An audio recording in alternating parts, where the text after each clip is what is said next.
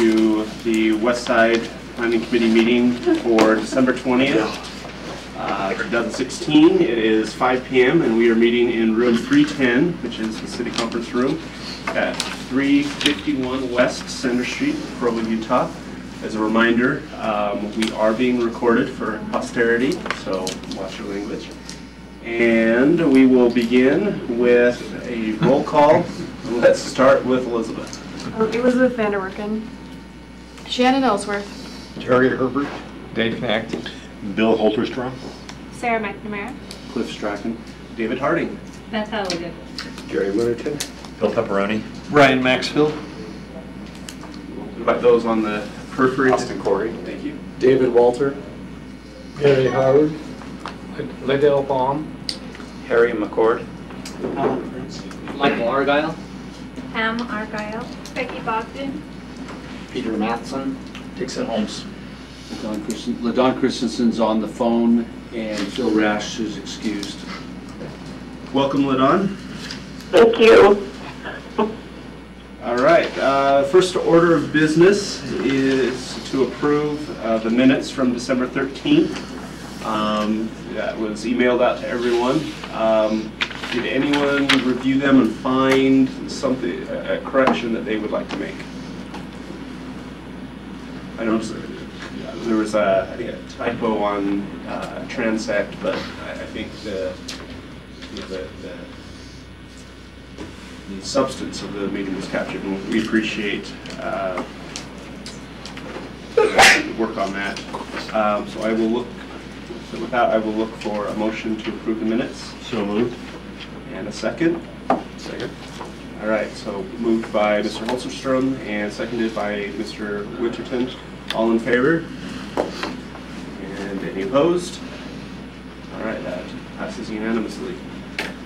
All right. So I believe we will turn the time over to Austin. Okay, to Austin.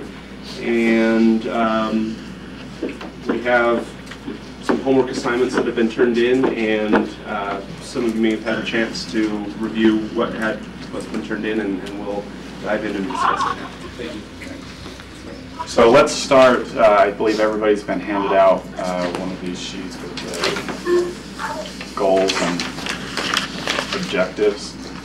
So if you can recall, last week we've had a series of questions out there. There were a couple questions that the committee formulated a response to, and as planning staff we committed to drafting up basically a straw man format of goals and objectives. The way that you answered those questions, this is what we heard. So this is more of a talking point for you, but we wanted to make sure that those were solidified and we could move on from this part. So we're going to skip goal 1.0, considering that that's where most of the discussion is still open-ended. But starting with goal 2, create a mix of housing types to accommodate various stages of life to augment the quality of life.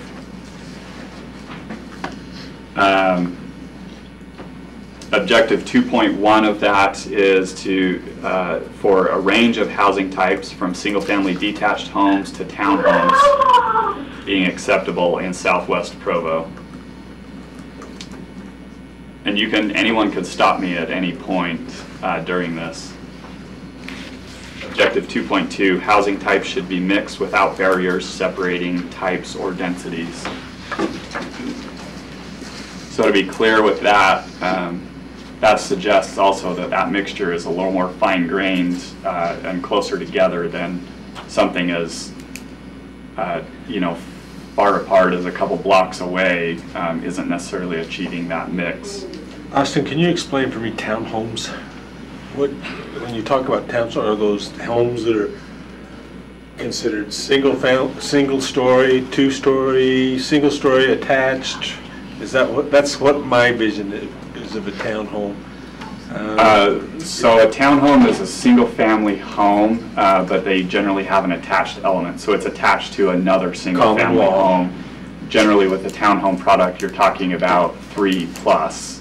If it's just two, depending on how the lot works out, it could be a twin home. So not stacked at all?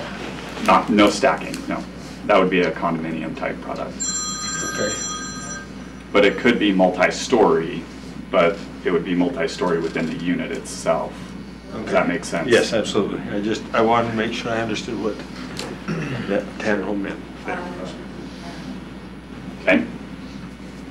Objective 2.3, neighborhood open space should be an integral part of neighborhood design.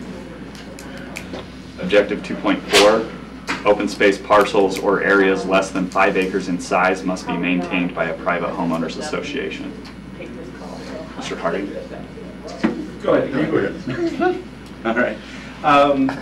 So just a couple thoughts. I know we don't want to touch goal 1.0 yet, but this pertains to goal 2.0.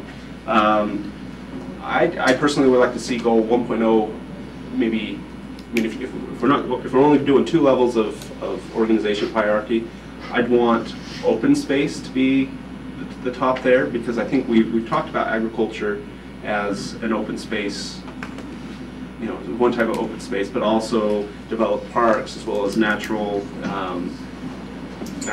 habitation. And so my preference would be to go with open space for goal 1.0, and then maybe objective 1.1, you know, we could have multiple objectives discussing agricultural preservation. But if that's the case, then I think objective 2.3 and objective 2.4 would actually fit better under goal 1.0 than it does under goal 2.0. So that's just kind of a... Let me make a comment that may piggyback on that just ever so slightly. First, the idea of the open space, integral part of a neighborhood design. Having open space throughout a neighborhood is different than having open space at the edge of your neighborhood. So I think there's a slight difference there. But the part I want to just comment on 2.0 if I could. I think that 2.0, the words of 2.0 seem to describe almost everything this group has been saying. So I think you're spot on that. My only question is whether 2.3 and 2.4 could almost conflict with each other. Of open space, and then those to me seem like ways of accomplishing those seem like they could actually conflict a little bit. You may actually be discouraging open space. 2.4 may actually discourage open space that you're asking for in 2.3. So I just 2.4 is meant to be a clarification of 2.3 in that if we're trying to get open space as an integral part of what gets developed, I just want to be clear and put people on notice that it's extremely expensive for the city to maintain parcels on if there are smaller pieces like that. So that's all I'm trying to do is make that really clear that if we go in that direction, and that's still to be decided, but if we go in that direction, people should understand that that HOA maintained open space doesn't mean Gary gets to come over from his neighborhood and necessarily play on my open space, because my HOA maintained, and I may be very possessive on who gets to walk in there, play in there, use that. Which brings up my next point, Bill, that I was just thinking of that I've kind of heard alluding to here, of this feeling as openness and the sense of community, is I'm thinking like the 3 fountains up on Canyon Road that may have almost, you know, it's fenced in private development. As I'm hearing people talking around here, the idea of having this more connected community seems to be a higher value than having people partition off their stake to that area for their own private open space ground or land. So I don't know if there's another overlay or objective or something, or just a subset about this connectivity of the neighborhood, the flow, so that you're not just creating isolated, barriered community, and all of a sudden you have this parcel like this and this is over here, which seems to be opposite of what I'm hearing from the values here. Okay. I don't know how to say that. I don't know how to say that, but that's just, I'm just from what I'm hearing. It's like everyone's worried about the neighborhood changing, and so keeping this neighborhood design connected seems integral to me. That's helpful. Thank you. Just my take on it. So is that can I just ask, is that a shared sentiment? Yes. On the table? Before I write in pen on and I'm just giving my interpretation of what I'm hearing people saying. Cohesive, connected, integral. Yeah. And yes, I mean, this is the exact discussion that we're looking for. And that's, you know, that is, you can think of some developments in this county that are private walled-off communities. And I've not heard anybody who lives in that area saying, gee, I can't wait for there to be a private wall-off neighborhood within my neighborhood. Am I catching that right? Yeah.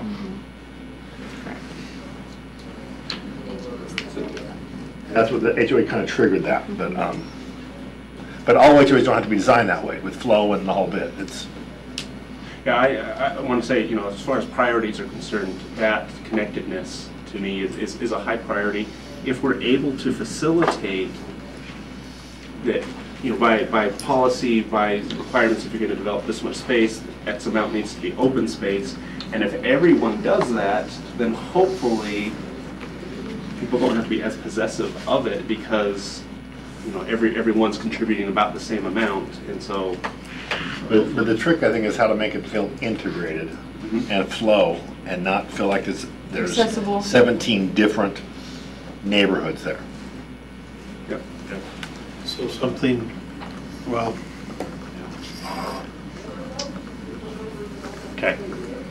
and you So still can be possessive as an HOA and do that. I know. You still have that shared pool or whatever, it still may work. Right, and I don't know about a pool, but definitely green space. But the idea that you'd have it, you need in places both in Provo and Orem where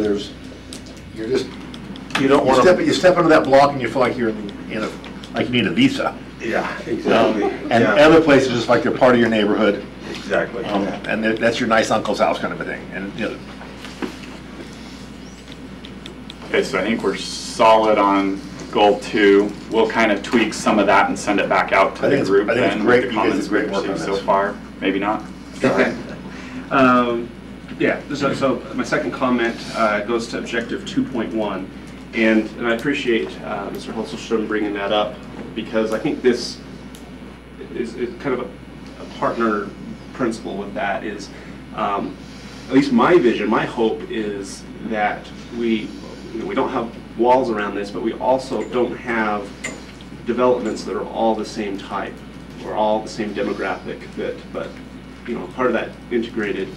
And with that, I would like to talk about this townhomes kind of upper limit on this. And again, I struggle when I go to communities that have been built, it was a farmer's field, or whatever, open hillside, and then the whole thing was built as, even townhomes. They're all, many of them are built together, and if there's any problem with, say, parking, say it was designed for families, and instead it's attracted a bunch of batching singles, and so that Doesn't happen. Doesn't happen. That garage all of a sudden is insufficient, and so now one extra car has to be out on the street, and that's generally fine if it wasn't all concentrated together, and now that one extra car, because there's 50 of these, now becomes 50 extra cars all in one space, and so it causes problems. So, so my thought is, when I say, I think we should consider condos, I think we should consider apartments. I want to be very careful that my vision is not, one of these 10-acre blocks is an apartment complex. I'm thinking along a block face. You have single-family home, you have a big single-family home, you have a small single-family home, you have some townhomes here, you have another single-family home, and then you have an apartment building that has 4 units in it, and then you've got another single-family home. And so if there is that extra car that gets parked out on the street, it doesn't it's not concentrated.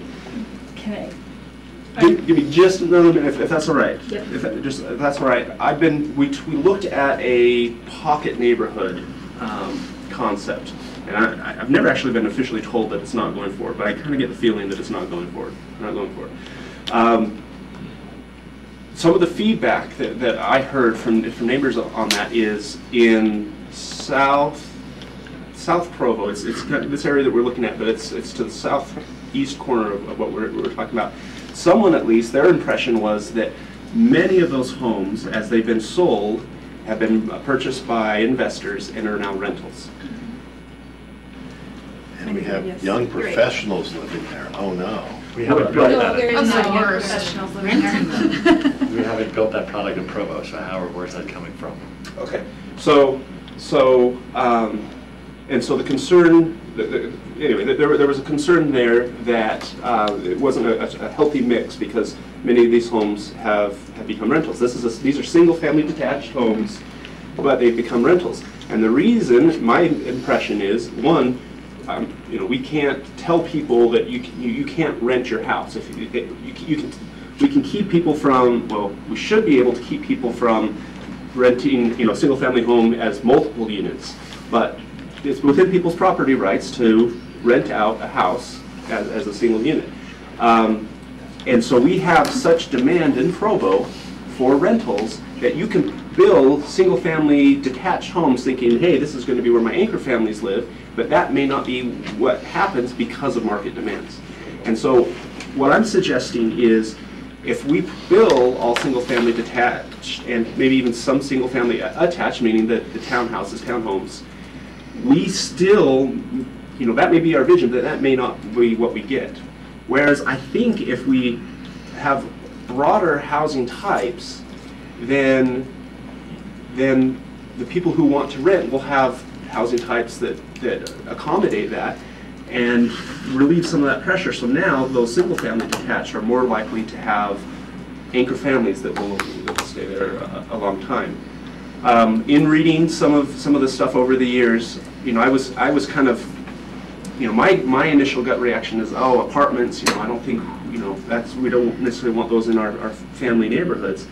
But one thing was interesting. They say one of these papers from, I think it was Neighborhood USA, big advocacy group for strong, healthy neighborhoods. They were saying that apartment buildings often will cause less problems than like condos, because with condos, if they become mostly rentals, you now have, say, 6 owners there and 6 different renters. And so, whereas if it's an apartment building, you have one owner that can, the city can reach out to one owner and say, hey, you need to fix this, or this is a problem, and you're dealing with one owner. Whereas condos, I think Dave has some experience with an area that is like that, and because every person is an owner, in this attached multifamily development, it's difficult. So, sorry, that was a whole bunch of stuff, but the idea is I'd like to at least consider things beyond townhomes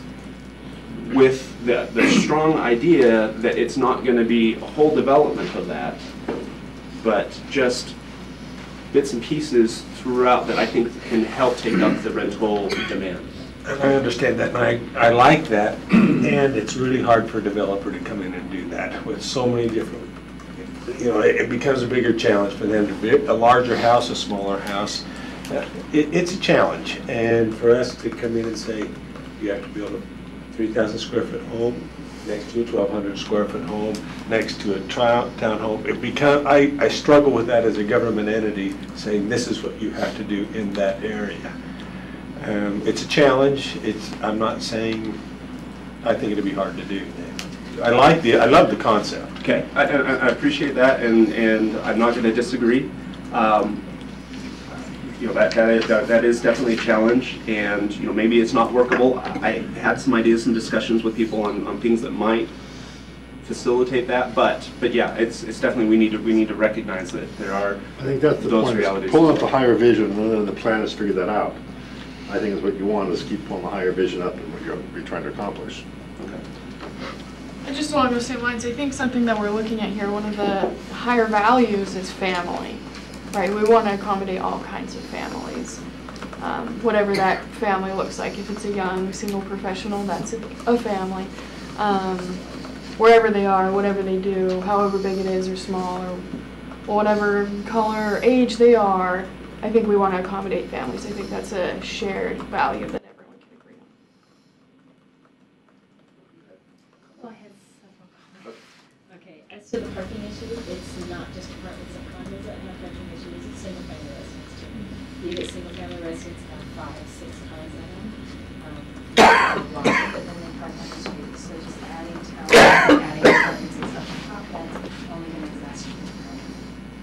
my comments on parking. It's not just, it doesn't matter what we do. Some places in Provo don't have problems with parking, so it's not always, but Okay. agreed. Some single. I'd like to see those places actually, and see what the, anyway, that's okay. The housing mix, I really don't have a big issue with a townhome and twin home housing mix. My issue comes in when you start adding apartments and condos, because those become transient.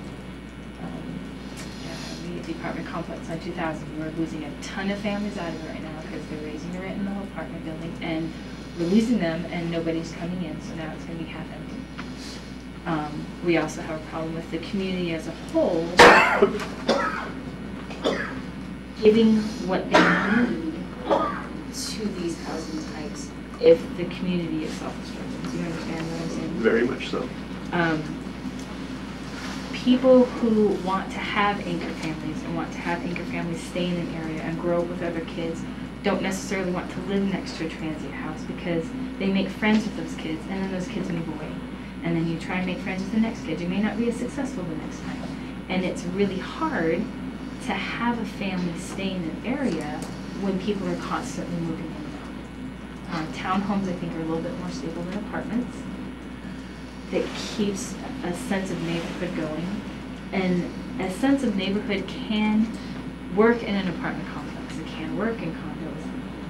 It just depends on the area that you're doing it in. I think downtown, where you have that mentality of people moving in, I think it works there.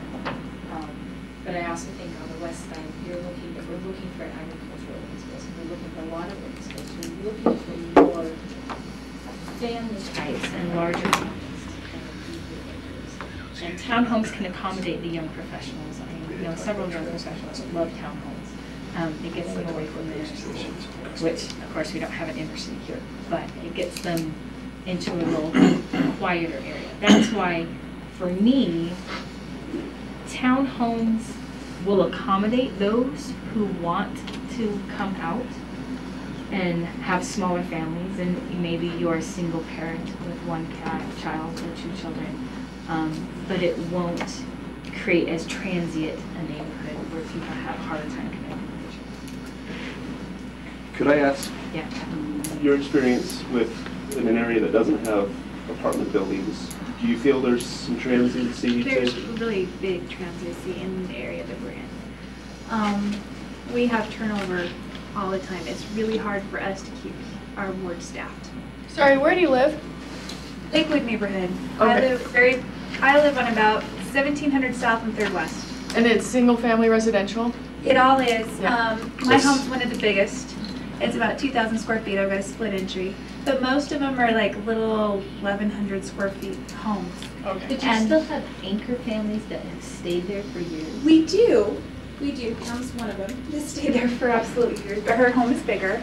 And we do have some that have lived and converted their garages into those, but there's not as many as you would think there would be. Growing up in Highland, we had a lot more anchor family homes. Here, we can have almost a brand new ward in a year. Do you find that difficult, a lot of people moving in and out? It is really hard. It's hard on the ward. It's hard. It's even hard on our school. Our kids get shipped clear up to Franklin, and Franklin's very transient. And from what I was told, our little triangle section from 680 west all the way to the freeway, they ship us clear to Franklin where everybody else goes to Sunset View. And I heard that they did that to keep more stability in that school, because that school has so much transit people around it. And it's even hard to staff our PTA. That's why we want bigger homes to accommodate the families to grow, to give us more stability. And I question townhomes in my neighborhood because they're going to be about the same size as our homes. And I just don't know that that's going to give us any more stability. Stability is something that our neighborhood would need. Value-wise, we're saying we want a mix of housing with various stages of life to augment the quality of life. So we're still on that same shared value on the very highest level. The discussion in my study of neighborhoods, the transient nature is, we have the youngest county in America. We have one of the youngest cities in America, and the transient nature of our community will always happen. Our average age in Utah County is 24.9. Eagle Mountain, which has all these big homes, has a higher transiency rate because the average age is 18.1. So we're fighting our own demographics that's causing some of the issues we're describing. Is that transient rate because of all the kids? So it's young people change jobs a lot. They keep wanting to move to larger sizes. The world's changed. Our demographics are creating much of the change that we're describing here.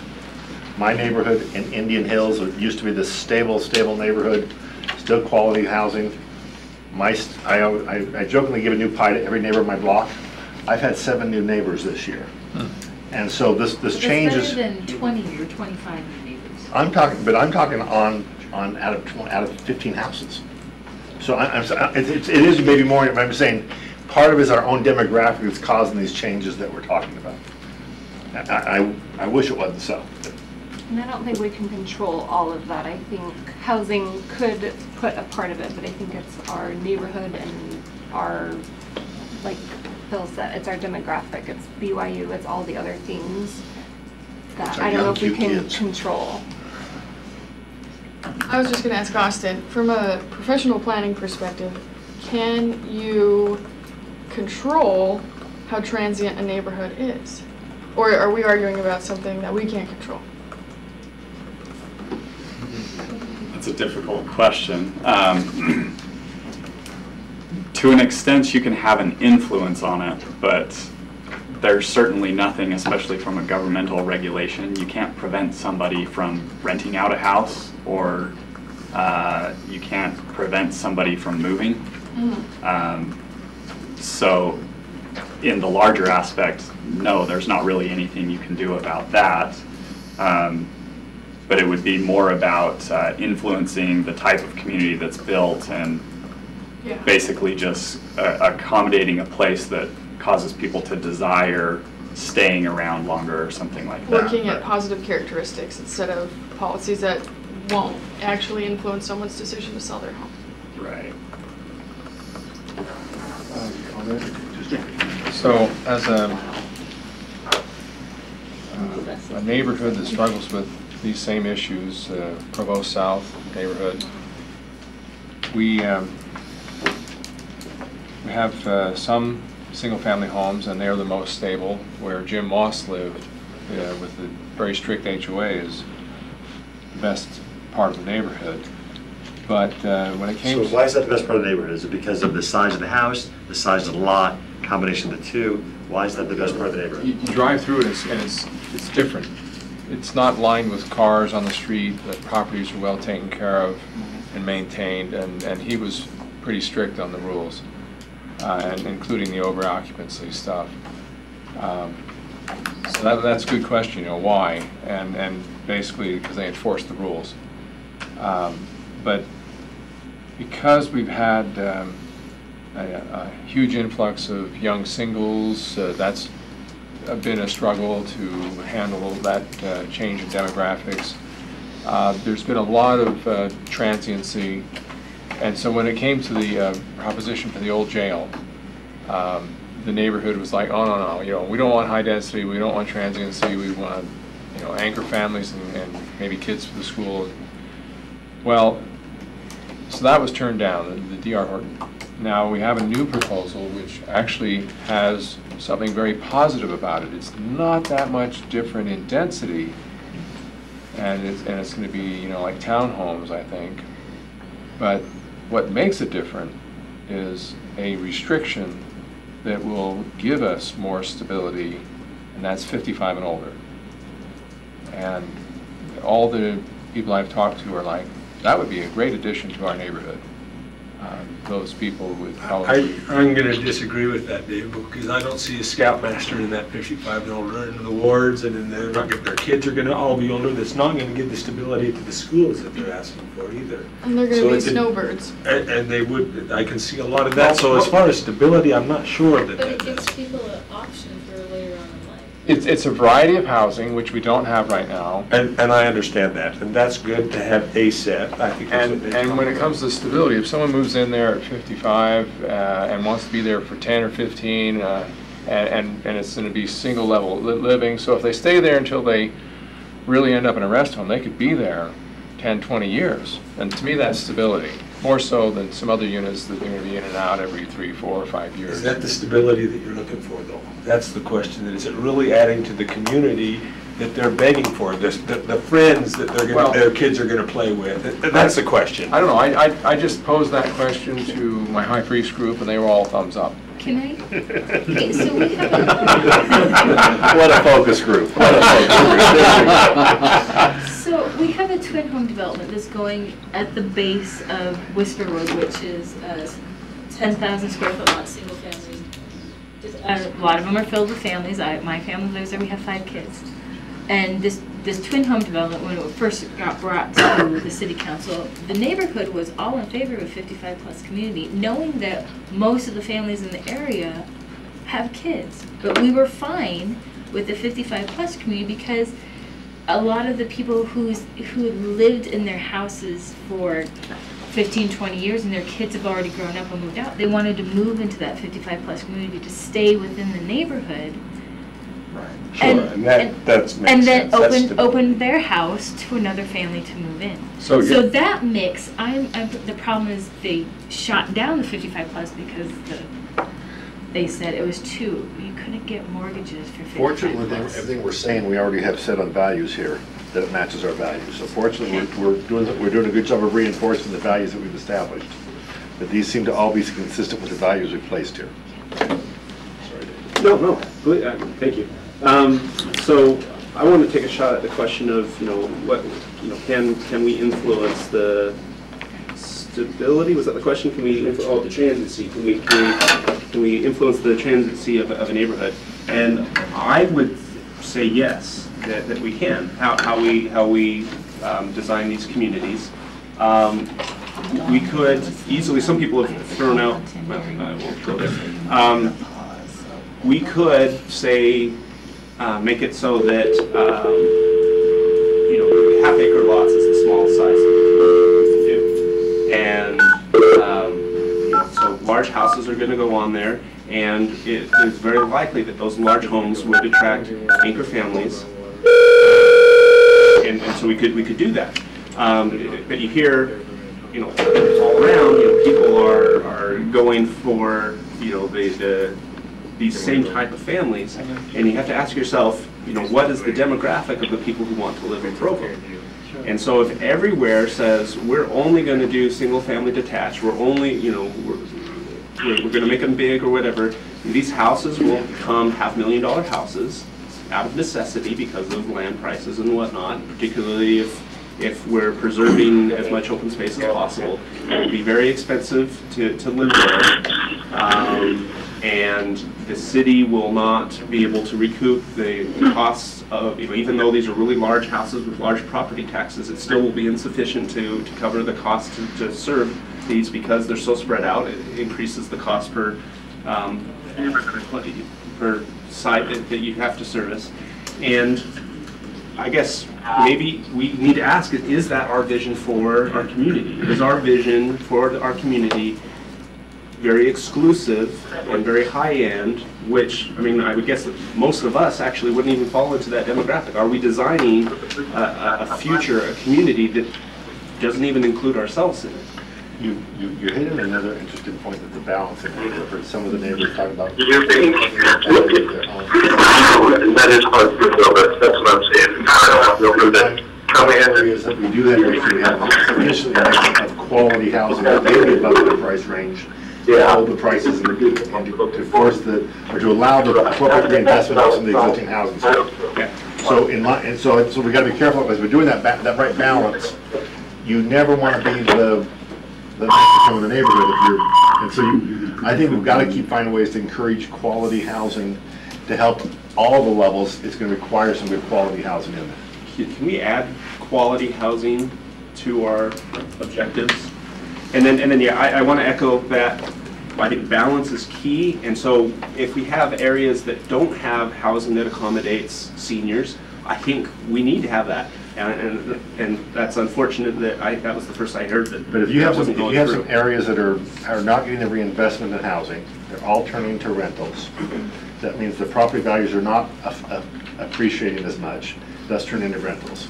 You put some quality housing stock around that, puts pressure on that, and it changes the whole economics on those houses to get better improvements. And so that's interesting because in my neck of Provo, it's the families that are just starting out that are getting priced out because the investors will buy it and rent it in two parts, and families that are just starting out can't compete against that. So that's I hear you.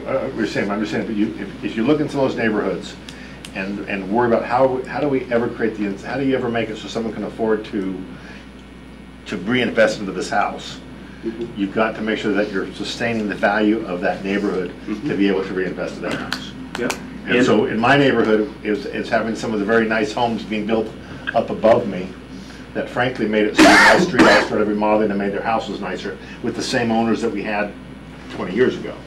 So I'm just saying that there is a principle there on it that you want to create the right mix around there. And in my area, I think if we can take that demand for rentals away, because right now we've got people that are spending a decent chunk of change for a moldy basement because that's all that's available. And if we meet some of that demand, now that investor isn't going to buy that house to rent it out to two people. A new family can buy that, and then they can renovate the basement as they need the extra space. So it sounds like we got pretty close consensus on all of 2.0 here. I'm not hearing many people have a lot of ideas that are adding to it, but it's like there's a pretty good consensus around most of that right there. Other than townhomes is still something that I'd like to discuss more. Can I offer a suggestion so that we can, for the sake of time, try to get through some of this other? It sounds to me like objective 2.1 is the one that's really more of discussion that the committee has to have. I think we might assemble some things, maybe a visual preference survey or things, and drill down in that discussion later. So can we table that one? But are we fine? It looks like we're talking about adding an objective for adding quality housing stock to the area. I think we're still struggling over process. Because 2.1 was written because it's almost a direct quote from a committee member. Okay. And I didn't see anybody shaking their head no. So it was written down in response to that. As we go down further levels in this plan, as we continue this process, it was my understanding, my feeling, my thinking that this is going to get fleshed out to the degree you're thinking about, Dave. This isn't the end of these comments. These aren't written in gold. Right. They're not going to stay this way for the rest of this process. As we go through the finer levels of plan, these statements may very well tweak. In fact, I would expect that they probably will. But this is an attempt to keep us moving, which we bogged down and stopped moving tonight. So let's get moving again. Okay, and that's fine. I'm fine with tabling it. I would like to let Mr. Connect have a comment because he was waiting to. But I just say something. I just need 29 and a half seconds. I'd take 30, and I know we're all in a hurry, so we'll get through this. A lot of times that a neighborhood is based on perception, whether people move in, stay in, or whatever. Reputation. One of the reasons that I say that is because I moved into Lakewood neighborhood 39 years ago, 1978, coming up on 78. And I've enjoyed every minute of it. And if you'll notice when you come into Lakewood neighborhood, right on the corner, I think when Mayor Billings was still the mayor, we had a Eagle Scout project and did that corner, welcome to Lakewood neighborhood. And they had the press down there, and the young lady from the Herald, because I was neighborhood chair, she came up and said, let me ask you one question. Why would you build something this nice down here? I said, well, what's wrong with down here? Well, you're on the other side of the tracks, and so it is about perception. All of us loved it down there. We had a great neighborhood, we enjoyed each other, and we still do. We raised 4 kids there, and they've since moved out, fortunately, and so we're just enjoying it. Good. Okay, thanks. And so Bill, the one thing I just didn't want is that later on, as we're fleshing those out, and all of a sudden it's, oh, well, we can't, you know, we're kind of stuck on this because the committee said that townhomes was, you know, where we agreed. So I'm perfectly fine even putting an asterisk by that and saying, you know, that this was not a point of unanimity for the committee, just so, you know, and as a placeholder, and then I'm happy to move on. Okay. So just to be clear, this is, like I mentioned at the beginning, this is what we put together from what we've heard from you, the committee.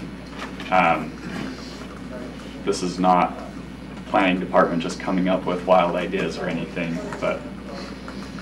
So let's move on to goal 3 then. So what I'm hearing is we have consensus on pretty much everything except what we've just, the 2.1.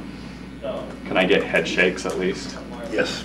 Okay, goal 3.0, facilitate the development of retail commercial amenities in appropriate locations in Southwest Provo. 3.1, regional commercial uses may be located adjacent to the I-15 corridor, probably, or within the airport-related activities district. We put interchange at the end of that I-15. Interchange would be fine, yeah. Earl? Changes? That's why I had along the I-15 and not being singular like that, but whatever y'all want. Yeah, I'm fine with I-15. My thoughts are just, there's sections of Lakewood, I believe, that are right against I-15, but they're not by the interchanges, and I don't think that's necessarily where we would want retail. Right. Right. Well, remember, this is still a subset where it specifically says appropriate locations. Okay. Okay. Quick question, the airport-related activities district, is that just the airport protection zone? It's actually not a, yes, it's not a flyover zone is the thing. It's not, the space there is not for if aircraft crash. Well, I know, but safe. is that, so the regional commercial just being in the airport protection, does the airport protection zone also go north of the airport? It's not the airport protection zone, it's the Oh, airport-related activities district, which is on the general plan as the Hinkley Farm. And that's And it? then, I think also it's to the north of the Couple Hinkley Farm. properties. To the north? Or to the There's a little east? bit north of that, but it's all still east of the airport. Just east of The actual protection zone is I don't think north and I south. think we got the concept. I think No, I know I don't where think you're we even say the talking exact about, line but what about matters just right now. north of the airport along Center I wouldn't even word poem. You've seen maps with Yeah. the hatched area when we've been talking about just identifying maybe developable acreage and things. You've seen that hatched area, that's the airport or the airport related. And it does extend north of the airport, so Center Street, right? Okay, that's just a clarifying. And I appreciate that question for clarification, and the reason is just, I think it's been called many different things, and so sometimes preciseness in So language. here's my question now, do we, for the sake of our discussion going big picture, do we care what we're assuming there's an airport-related district, whether that moves a block or two, are we at that point that we care exactly where that line is for the sake of this discussion yet? So that's why I'm saying I'm not sure the line matters yet. No, I'm just, the general area Yeah, is just yeah. what I. Yeah, and just clarification, because this may not, you know, this may be new verbiage, and so we're just trying to make sure we So understand. we're really just saying the concept. area around the airport is what we're almost Yeah, saying here. basically a big circle around there. Okay, very good. So we're good with that one? Yeah. Objective 3.2, neighborhood and community shopping zones. So now we're talking about smaller commercial areas, maybe located at high volume intersections. My question is, intersections and along major corridors, or are we only suggesting major intersections? I can make an argument for both of that, but there may be along that parkway that you're saying and where appropriate major corridors, because you already kind of have that on Center Street, so. That's up to the committee to decide. I'm not saying you can put it anywhere, I'm not saying to put it everywhere, I'm just trying to say if, I'm just trying to think, if you build along the intersection, is Fifth West and the Parkway a major intersection? Or are we just saying along major roads where appropriate? I don't know. Okay, so I just want a quick definition of high volume intersection. I'm sorry. That's why I'm asking a clarifying question there as well, so. Either two collector roads or collector and arterial. And Okay, so as an example, Sunset View Elementary School, you have 1600 and 6 South. Is that considered a high volume intersection? Yes.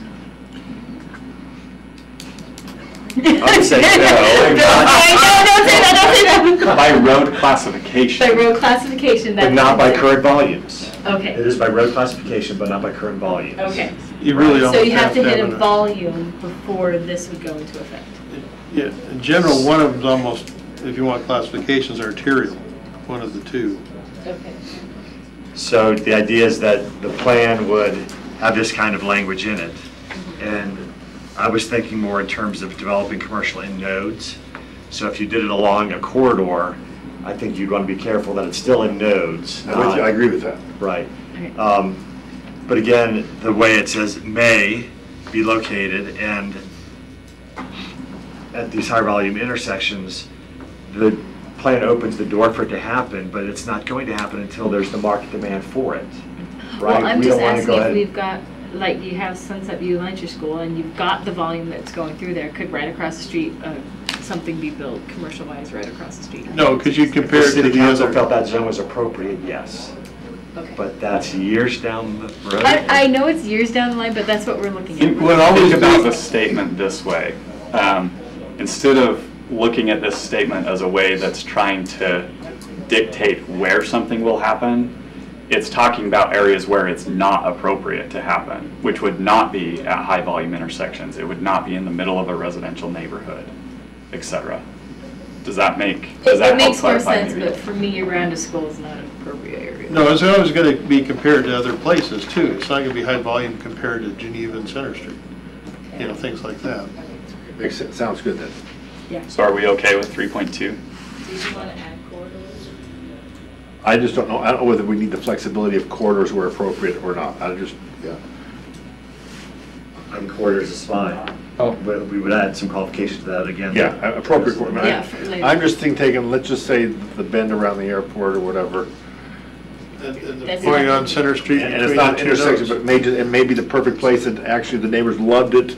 Everybody loved it. I want to make sure we're allowing some flexibility there. So you talked about nodes, and if you do it in nodes, then there's something in between that's broken up and different. Otherwise, you have State Street and Orem. Right, Yes. right. Which we're trying to avoid, right? We all agree we're trying to avoid State Street. I don't think, So- even if we tried, I don't think we could get anywhere near that. I mean, just the volumes that we're talking about. Yeah. Yeah, one of the obvious ones between the two on Center Street, where you've got Geneva to 1100, you know, you've already got commercial nodes there. It's just could fill in between something that close. Okay. 3.3, design, scale, and intensity of commercial zones or properties should transition to adjacent residential uses to minimize the impact on residential use. Seems very appropriate. Please. I don't know what that exactly means, the details of that all gets flushed out as we Yeah. get finer grained on the plan. I'll call a vote on that whole section then if you. I still have some comments on it. Go ahead, Mr. Connect. Just a quick comment on that. I mean, there are things that are traditional, good planning concepts, and 3.3, I think, states the traditional way of doing it. We had the interesting circumstance in the Franklin neighborhood where with Center Street being commercial, and what do you do just over the fence from the commercial, and do we do some higher density that transitions into the neighborhood? Well, what's over the fence right now? It happens to be single-family homes, and those people didn't really want to sell or move and their neighbors were happy. I mean, there was no blight, there was no pressing need, so the neighborhood said, hey, you know, why do we want to replace these homes that we like with something else that we may not like? And so if the business on Center Street is a decent neighbor, then the people just over the fence aren't too unhappy.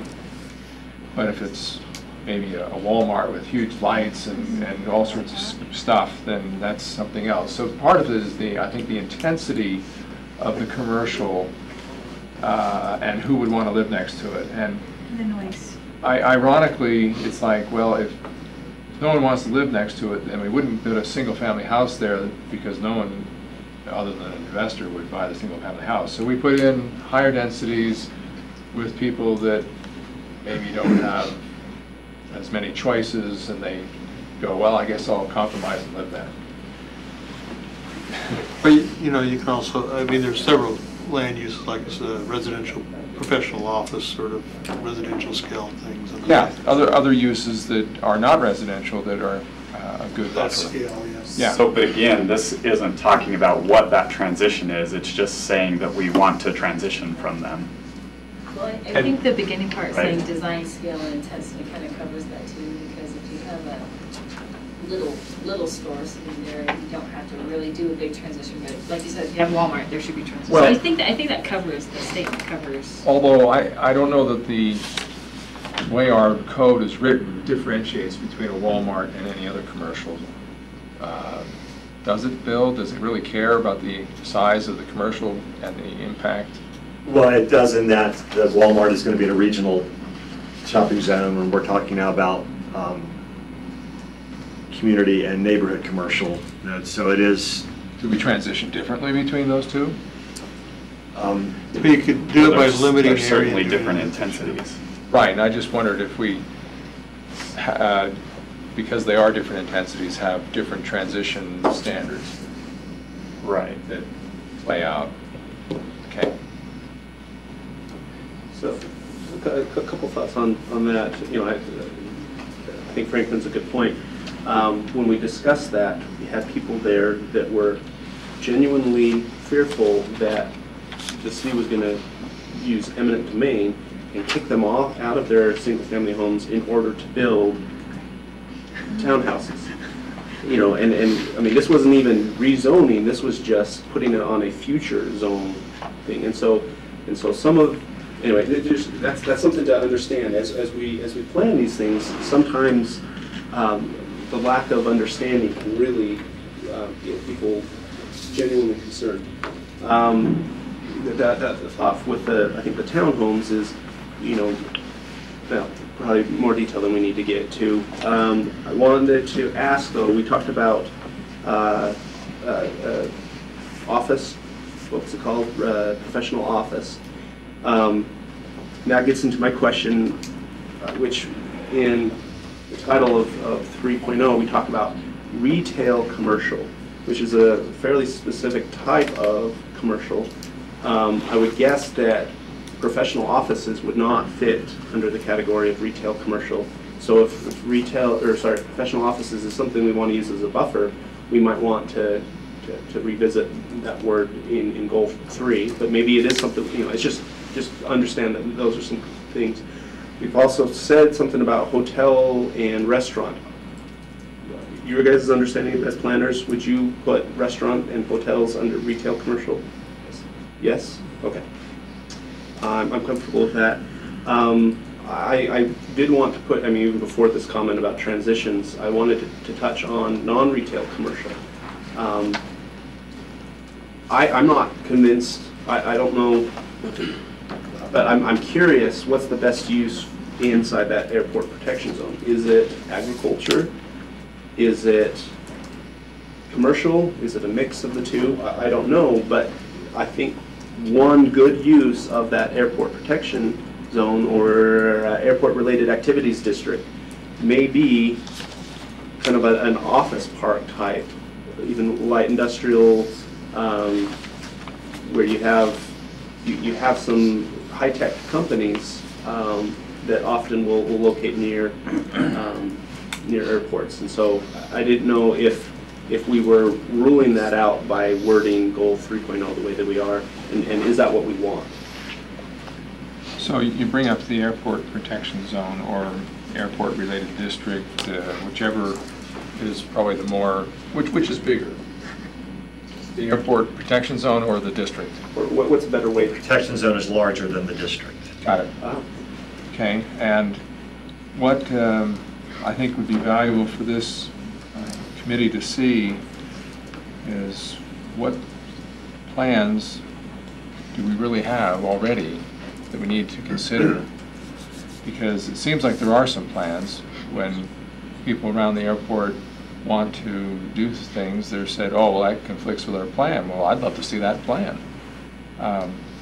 Is it, you know, just this far away, or have they all planned really potentially the whole airport protection zone? And you know, we can kind of daydream here as much as we want, but if they've already got a plan and it's well thought out, we need to see that.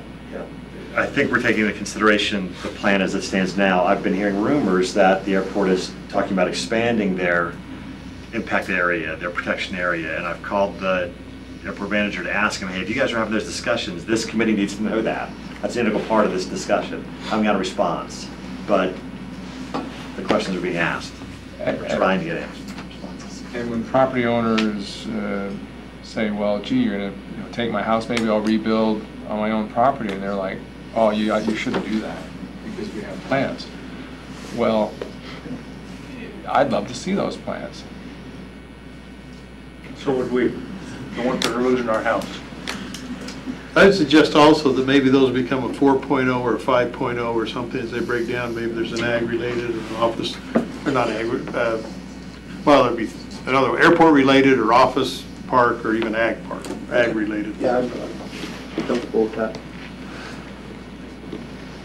Yeah, I didn't assume that this was, you know, all-inclusive, and we needed to try to fit everything into here, but that's just, I did notice that we are talking about retail, and I wanted to just kind of see what the committee's thoughts were on non-retail commercial. Can I ask a question? Yes, please. Ladon. So is Mr. Hinckley there? Is Mr. Hinckley at the meeting? I didn't. Gene Lamb is here. Okay, and so I didn't know if they have responded about their plans. Is that ag protection zone? Is a lot of it their land? Airport protection zone? The airport protection? Yeah, I believe it encompasses a lot of the Hinckley Farms, which Gene Lamb is a part of. And have they stated what their desires are, how to use their land, how they want to use their land? Cliff, do you want to answer that? They would like to continue farming, and they'd like to have access to the land on both sides of the road. But continuing farming is consistent with airport protection. So this wouldn't encourage getting rid of it. But it might conflict with the airport's expansion plan. Could the airport use condemnation to take their land if they decide they want it? The airport couldn't, the city council could, but the airport couldn't. I think that goes into the ag protection discussion. The mayor told me the airport couldn't take our land, whether he's... The airport has the ability to condemn land. That was opposite of what he said. The mayor said. The mayor reassured me that the airport could not take our property that bordered the airport. Okay, that's... So what steps could we take to help protect their land? Okay, I think that gets into the ag protection discussion. Yeah, that's the next topic we're about to get onto. Okay. The one other retail commercial one you might want to consider is that ag tourism would be appropriate at the at appropriate locations or something would be. So you're not saying, well, that's commercial, has to go up at this intersection. Much of the greenhouses, that needs to be where they're at, not down the road 2 miles. But as far as airport protection, agricultural uses protect the airport, or parks protect the airport. So those things are all still on the table, even within the airport protection area. And I think this gets into our next discussion, but even if that area was zoned so it could become airport-related commercial, that doesn't mean that farming would have to cease there. The only caveats, I think I've heard a little bit, and this is something I think we need to get out on the table and discuss, but only caveats are things like the city leasing water rights. And, when I say that, the city's not going to force people to sell their farms, I think that some of those related policies can make it harder or less, or easier to continue farming. And so I think that's a caveat that I want to say is if we zone it as commercial, or if we show this as commercial, future city administrators and councils may look at that and say, well, why are we still leasing them water rights if we want it to be commercial? So I think we should be clear and say that, the future use might be commercial, but we're okay with the landowners taking all the time that they want and deciding when they're ready, if ever, to stop farming, rather than doing anything that makes it less viable to continue to farm. So we've heard that some of the property owners are, told that there are plans, and that's why I asked to see the plans. And if indeed the plans only go out halfway in the airport protection zone for commercial uses, supportive aviation uses, whatever, it'd be nice to know if it stops halfway or if it eventually takes over the whole airport protection zone. So if someone's doing agricultural within it now, is that the city's, and when I say the city, they, like the airport, they have their own ideas of what they would like to do. Yeah, what's the highest and best use of that property in the future? And of course, I've been defending the highest and best use as the people that own it should have a lot of say in whether it becomes whatever, and our very last resort should ever be eminent domain. So hopefully we can put both visions on the table and say, well, the airport envisions this, and the local property owners who want to stay maybe in farming envision this, and how can we bring the two together so that there's clarity and certainty, and people don't have to wonder what's going to happen in the future and whether they should invest in their property because it's in this zone that may be a problem in the future for them because the airport wants to expand.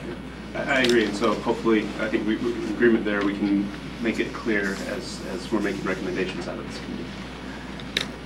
All right, so now that we've done the easy stuff, let's get to the hard stuff, the ag preservation. So based on discussions that this committee has already had and input we've been receiving over the last few days, is it safe to say that ag preservation is a priority? For me it is, but we'll hear from everybody.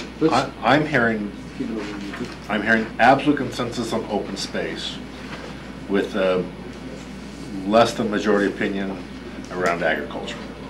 I think agriculture is one of the options, but I'm seeing open spaces where you get everybody agreeing, and then you slide down to maybe 50% saying agriculture, and even within agriculture, that definition slides down lower into more divided worlds is the way I read the group.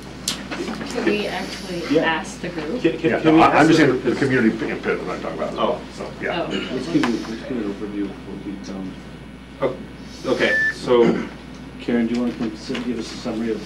Sure. So we put a question to members of this committee and as many farmers as we could identify and get email addresses for or contact directly. And so we've managed to reach out to 33 farmers. We got 20 responses. Well, we had 33 that we had email for, yeah. And then 11 we attempted to or were able to speak to by telephone. Yeah. So we provided for you this document in front of you, and I'm going to pass some extra copies around the room. So basically, these are the results that we got from 20 responses we received. 16 were farm owners. 3 were community. Hello, this is a message from Tiffin. Somebody's kid was delinquent again today. That's on the record. He called me and told me he missed it. So. Anyway, funding received. Basically, the question was, why do you farm in Provo? Answers ranged along the idea of it's a family business, it's heritage, they like the values, they're passionate about it. When we delved into the comments are very, very strong in favor of continuing to farm, and they love the heritage, they love what it's done for their families. The lifestyle appeals to them. They want to stay farming. What do you see as your future as a farm? Plan to continue as long as possible. My children will continue. Will not sell. The decision's already been made. Water problems, et cetera, et cetera. Only one says probably sell to another farm. We talked about the TDR, this issue of transfer of development rights option, and we just gave a little bit of information. One thing that's very clear is it's not fully understood, but generally you can see there's quite the range of them, but we've had some very strong responses. Some were, heck no, and others were, yeah, might consider it. But the reality, I think, is where TDRs, anecdotal, the phone calls we've made around the state where they've had TDRs have not generally been successful. Part of the reason for that is, I think, there's an issue of trust between the farmer owners and say the communities they live in. There's issues of, I think one of the prominent issues is what happens if something happens down the road and I want to sell my property and it's not suitable for farming. That comes up. So there are a number of issues that come up with that, but TDRs probably need to have a lot more education if it's available. There probably are people who would be willing to do them. And so my suggestion to you is to consider creating a TDR environment, but recognize that you may get little or none participation. Shannon? Professionally speaking, I called around as well to planners in Wasatch and Summit County where they have a great interest in preserving the rural atmosphere of those areas. And those areas are especially Summit County is very liberal, right? They don't value private property rights as much as I would think Provo does. And they don't probably value family heritage maybe as much as I would assume people in Provo do. And they've had zero success. Zero success. So sometimes we cite literature in Vermont or in Oregon where TDRs have been successful, but it's not been successful in Utah. And Wasatch County has had an ordinance for 20 years. No one's ever used it. Can I just, we'll go to you too, but to me, again, we're way We're talking about a tool and we haven't defined the problem yet. So let's wrap this up real quick and get back. Let me before we go, do you have anything else you want to say based on the stuff we gathered? Overall, there was a real sense of distrust of the city and plans, promises, that kind of thing. So, I mean, that just came through loud and clear in pretty much every response. And so, in fact, there are a lot that either really drug their feet about responding or didn't respond at all because they don't think it'll make a difference and that we're either too far down that road or the city's got its mind made up, that kind of thing. So I feel like this was really a last chance for farmers to say this is the direction we'd like to go and have the city make some sort of decision. But if you go to the farmers that we talk to, the farmers want to continue farming. That is clear. Yeah, if they're able to, they definitely want to carry on. I don't know if now's the right time, or if you have available the projection of what they did in Heber. We could. Yeah. Let me see. Let me pull it up. Can I ask a quick question? We've got 11 minutes. We'll send you the connection to it. We'll send you the connection to it. But the answer on that is, based on the phone call we had with them, in 10 years, no one's utilized it. Part of the problem there in Heber was they already had large zones of high density in their receiving zones.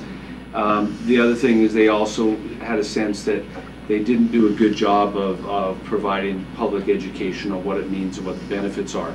So it's a tool to help preserve farmland if you want, but it's only one tool. Got it. Thank you. How big does a piece of land need to be considered for agricultural preservation?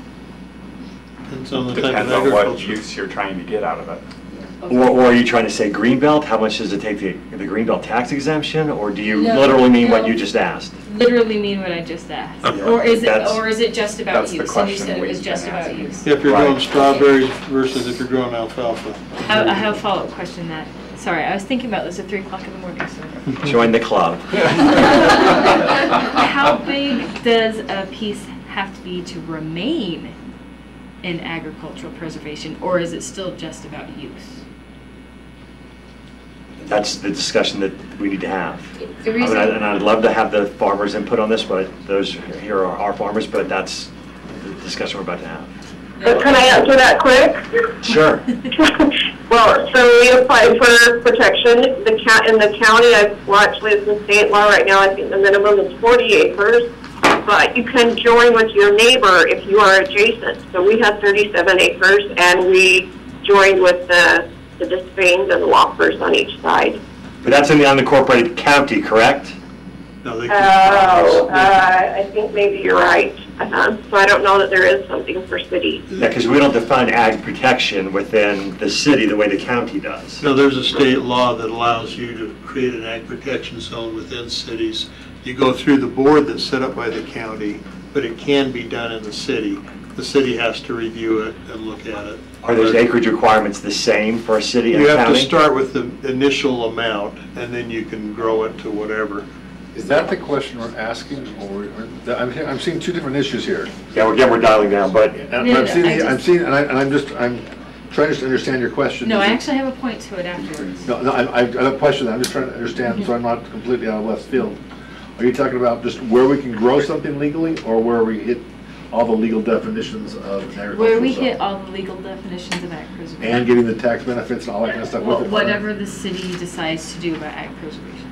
See, Okay, so let me follow up on why I'm asking this. Why I'm asking this is because if you have a farmer that has 50 acres and wants to put in ag preservation, and then their kids come in and they farm it, and then their grandkids come in, but the grandkids don't really want to farm it, is there a way to, they can then develop it slightly and break it up into smaller agricultural lots so they get, No. okay. They so can, that's they my can question. pull out of the agricultural protection, but it's still up to the cities what it gets zoned. City could leave it 40 acres forever. But if you do Or- like the, okay, so but if you do like the transfer of development rights, then it's forever in ag preservation. You cannot develop it into a subdivision. Theoretically, yeah. Okay, theoretically.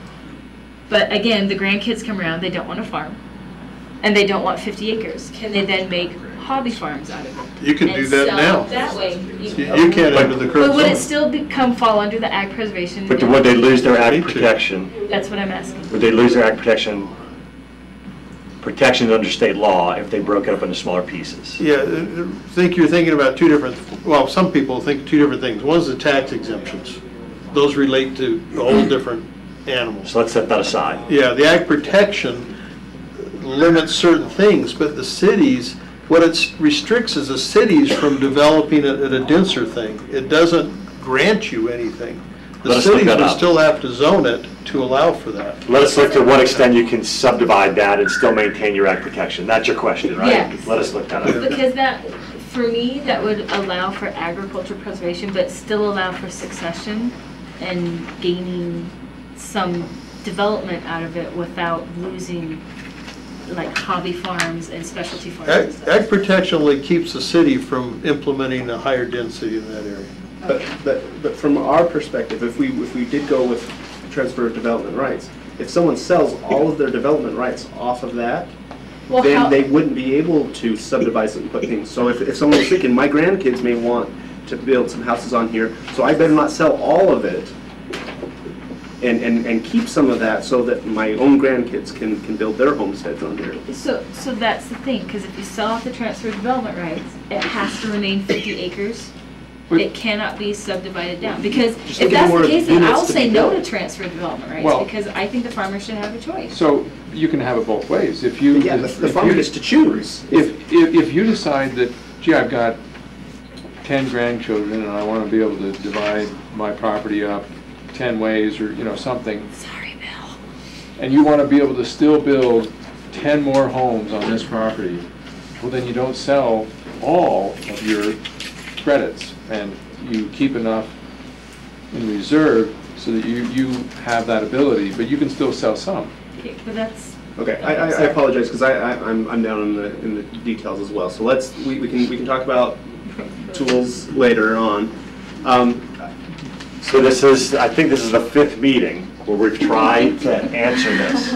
Because to me, if we answer this, it tells us if we want that or this. What are we trying to accomplish with ag preservation? We've seen a whole lot of input, and I've read all the emails. You guys have read those. Tell me what you glean from that. What's our purpose for ag preservation? What are we trying to accomplish? Okay, I would say, with the caveat, it's different for those that are in the business than for those on the outside looking in. A lot of people love the fact that we have the variety. They can bring their kids down a field trip, or they can buy it at the farmer's market. So there's all these people that just are happy that the farmers are doing it. And then it was like, well, are the farmers happy?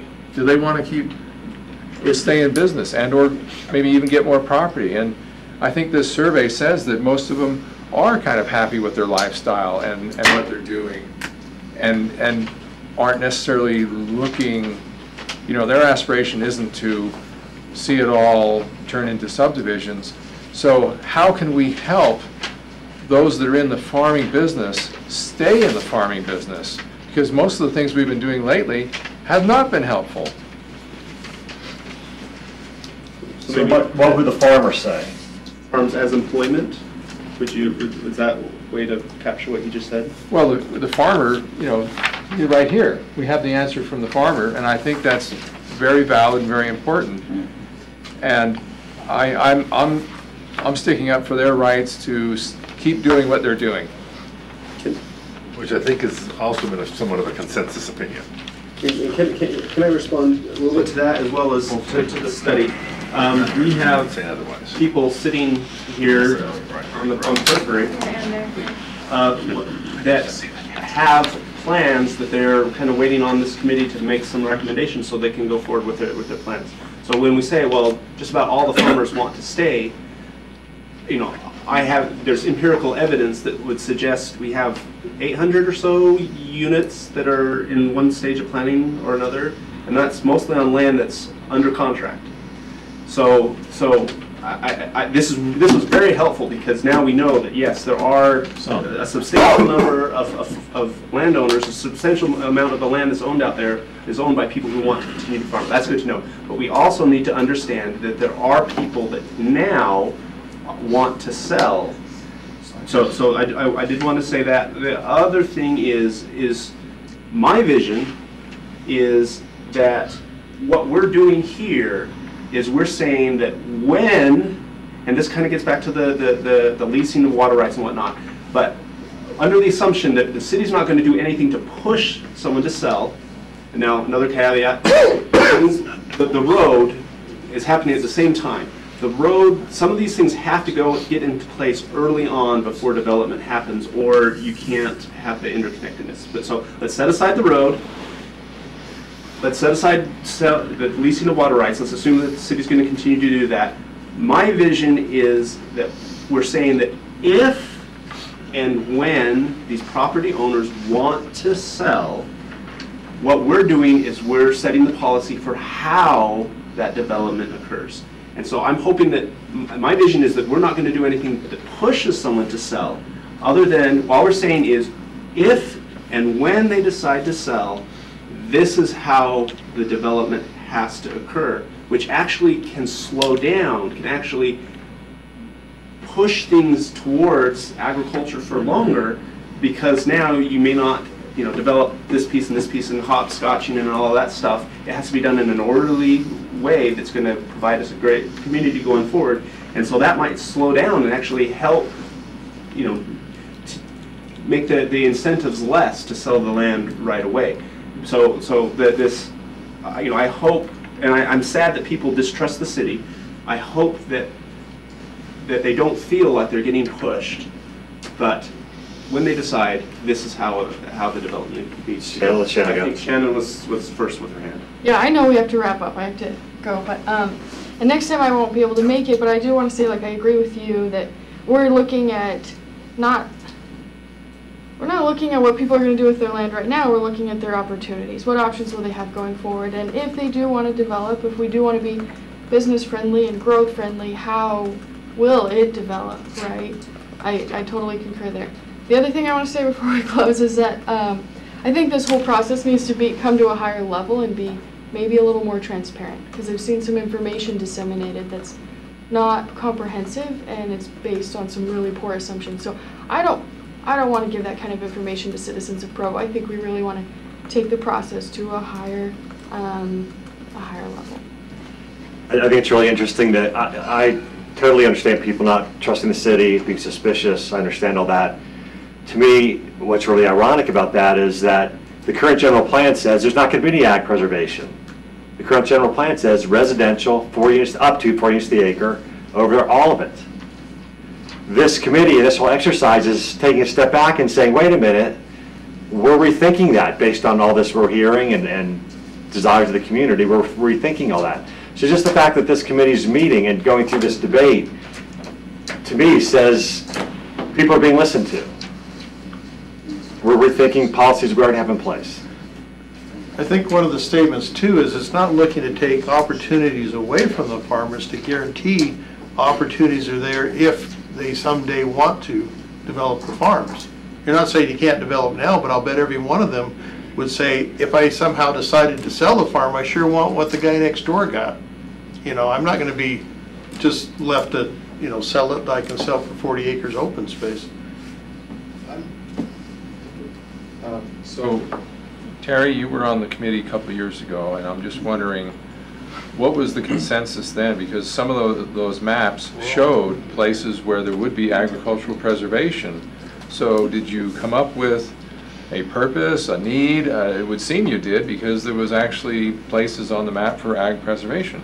The consensus is pretty much the same as the farmers have fed back. They'd like to keep the farms, and that's what we looked at. We looked at buffer zones, we looked at open space, we looked at farming space, agricultural, all of it, and it's listed on that map that we put together. That was 2014, I think 2 years ago. Right. And unfortunately,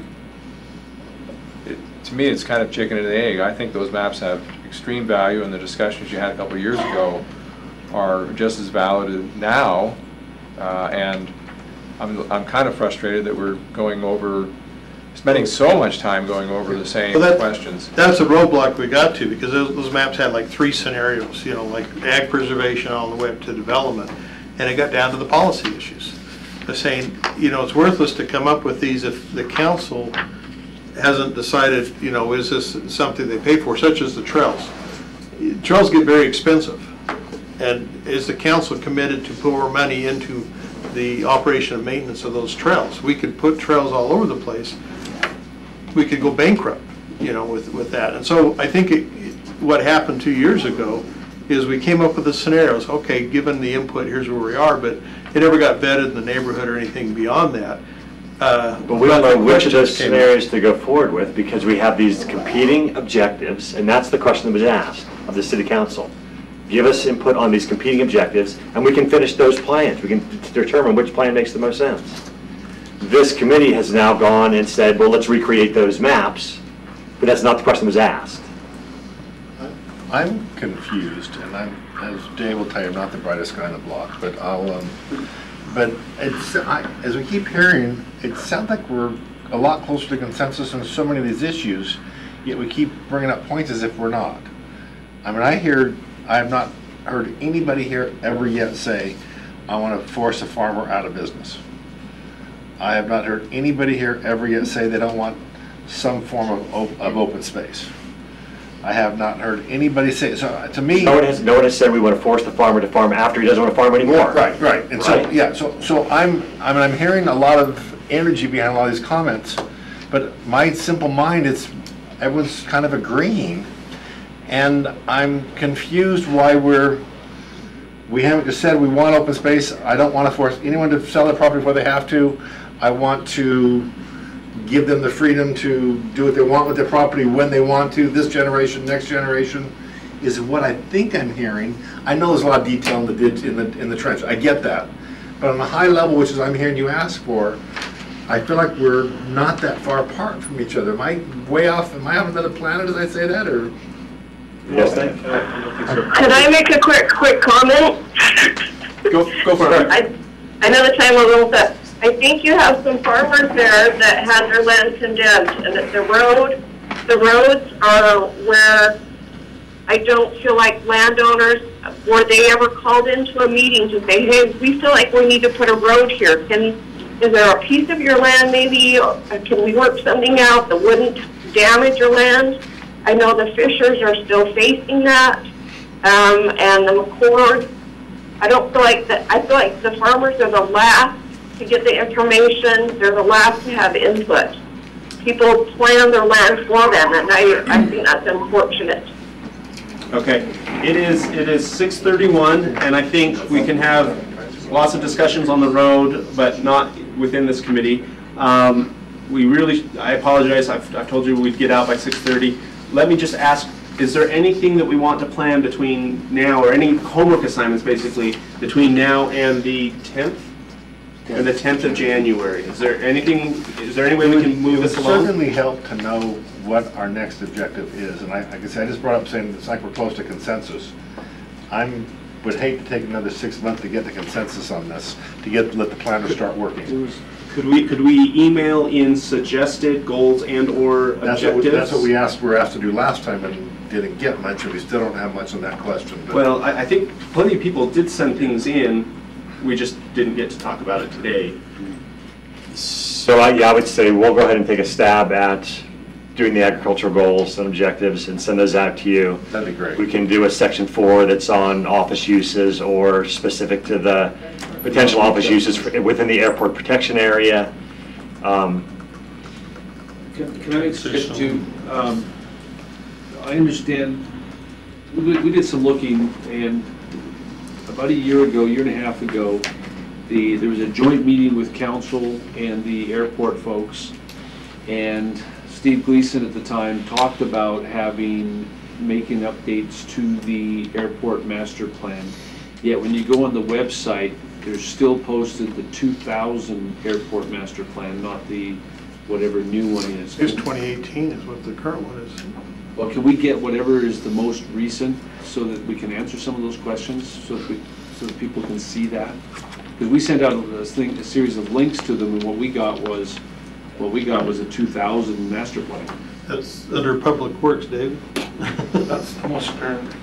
That's the most current. Been adopted. So what was they talking about with council a year and a half ago? Plans to update it.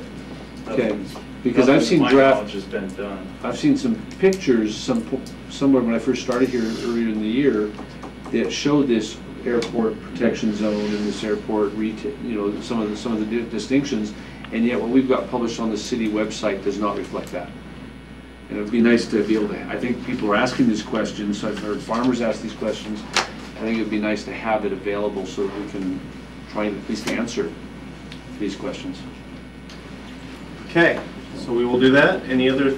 Just the final thought.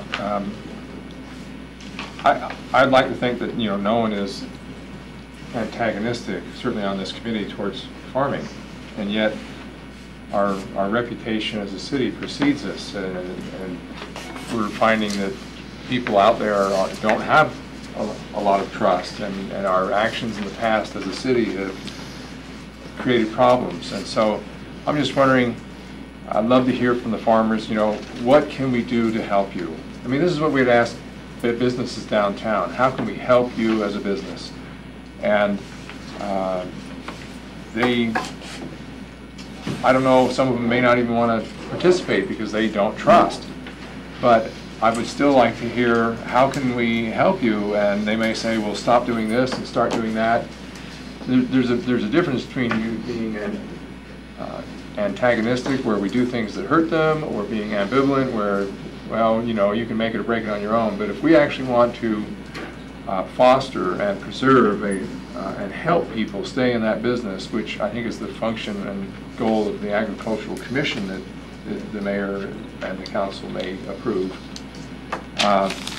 So that's what I'd love to hear, is what can we do to help you? And apparently TDRs may not be something that they know about and want to use, but would there be something else we can do to give them some assurance and make their future more secure or more profitable? Okay. All right. Thank you. We can discuss that more another time. Look for a motion to adjourn. Thank you. Ms. Allgood. Second. Second by Mr. Connect. And all in favor?